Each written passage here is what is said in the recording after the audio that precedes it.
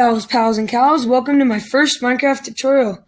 Today I'm going to show you how to build a small pond design, and when I'm done, I'll do a small hill. I also have a friend here who's going to be doing his own design over somewhere else, and we'll check on him when we're done with ours. Let's get started.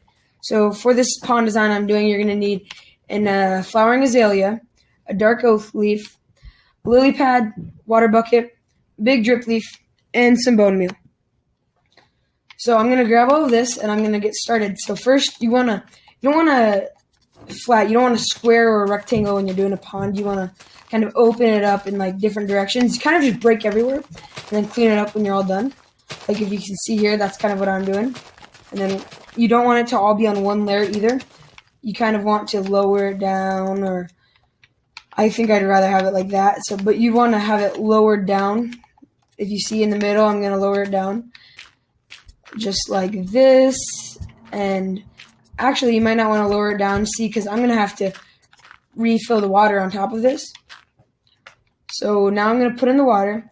Now the reason I said you can either have a lily pad or a leaf is because if you use a leaf, you can do this cool design where it's like inside the water, but I prefer lily pads.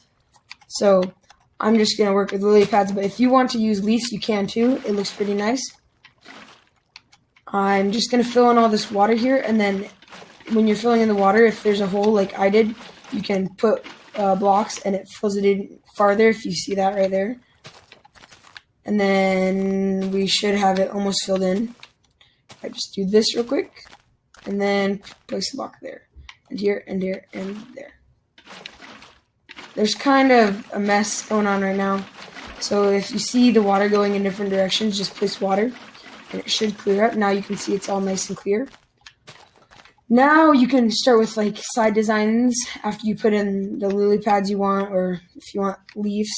I guess I could throw in a leaf if you guys want, like maybe like there or there. That doesn't quite go with my design though. So lily pads, kind of more my design. And then we'll put a tree right here. And then use the bone meal, and if you actually do that, you can get a tree.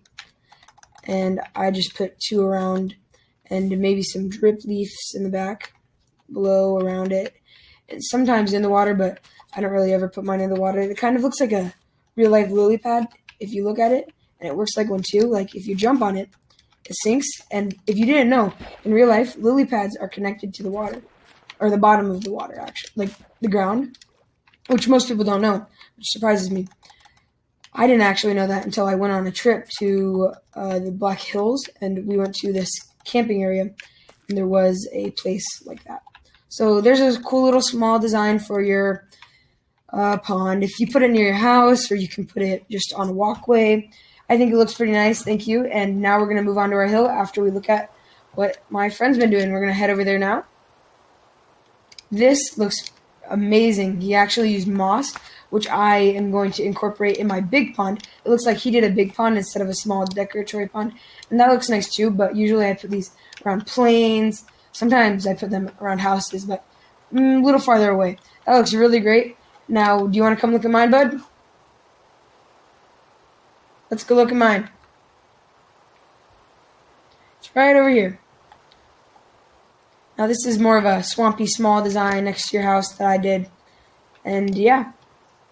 I didn't use moss because I didn't really care to use it for small ponds. Some people do like small pond moss, and it does look good most of the time. And you can see how well it incorporates with big ponds in his. Like this is actually a great pond. The only thing I would critique for his pond is this fish. Otherwise, it looks amazing. And now I'm going to start moving on to the hill. See you then. All right, we're back, and now I'm going to move on to the hill. So for the hill, I'm going to be using moss, and I'm going to be using tuff.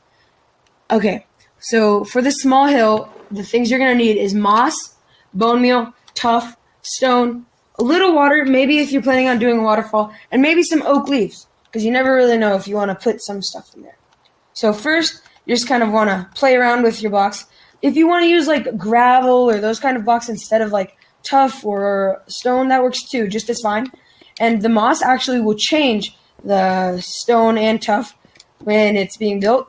And in the back, you can see my friend companion over there doing his own little thing.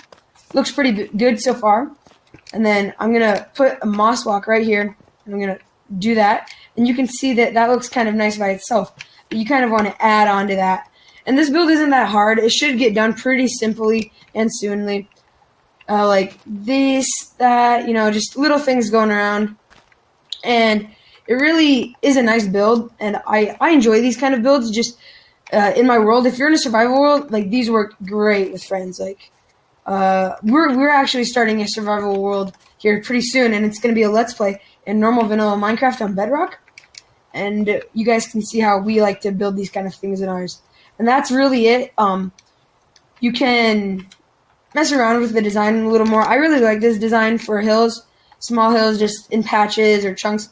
Most of the time, say if I have a house right here, and then there's just this random piece of land, and then I have a farm right here, and I don't want to put something ugly there, and I don't want to put a new farm in there. I don't want to squeeze anything in there. You can just put something like this in there really easily, and it fits in perfectly and looks nice. Now we're going to be checking out my friends in a little bit. But first, I'd like to tell you about this board. You might have seen it in the background. Now, every single time I do a video on a tutorial to build, I'm going to be adding a name. And if you want to be put on here, you have to comment and leave a like. And comment what color you would like to be. I put your color up here on your comment name. So whatever your YouTube name is, well, you can see it up on here next time you watch. Now we're going to go look at him. I think he hasn't got enough time, but it looks pretty good. I can see what he's going for, like, with a tough. He's like, if you already had a hill and then you're adding on top of it, it looks pretty nice.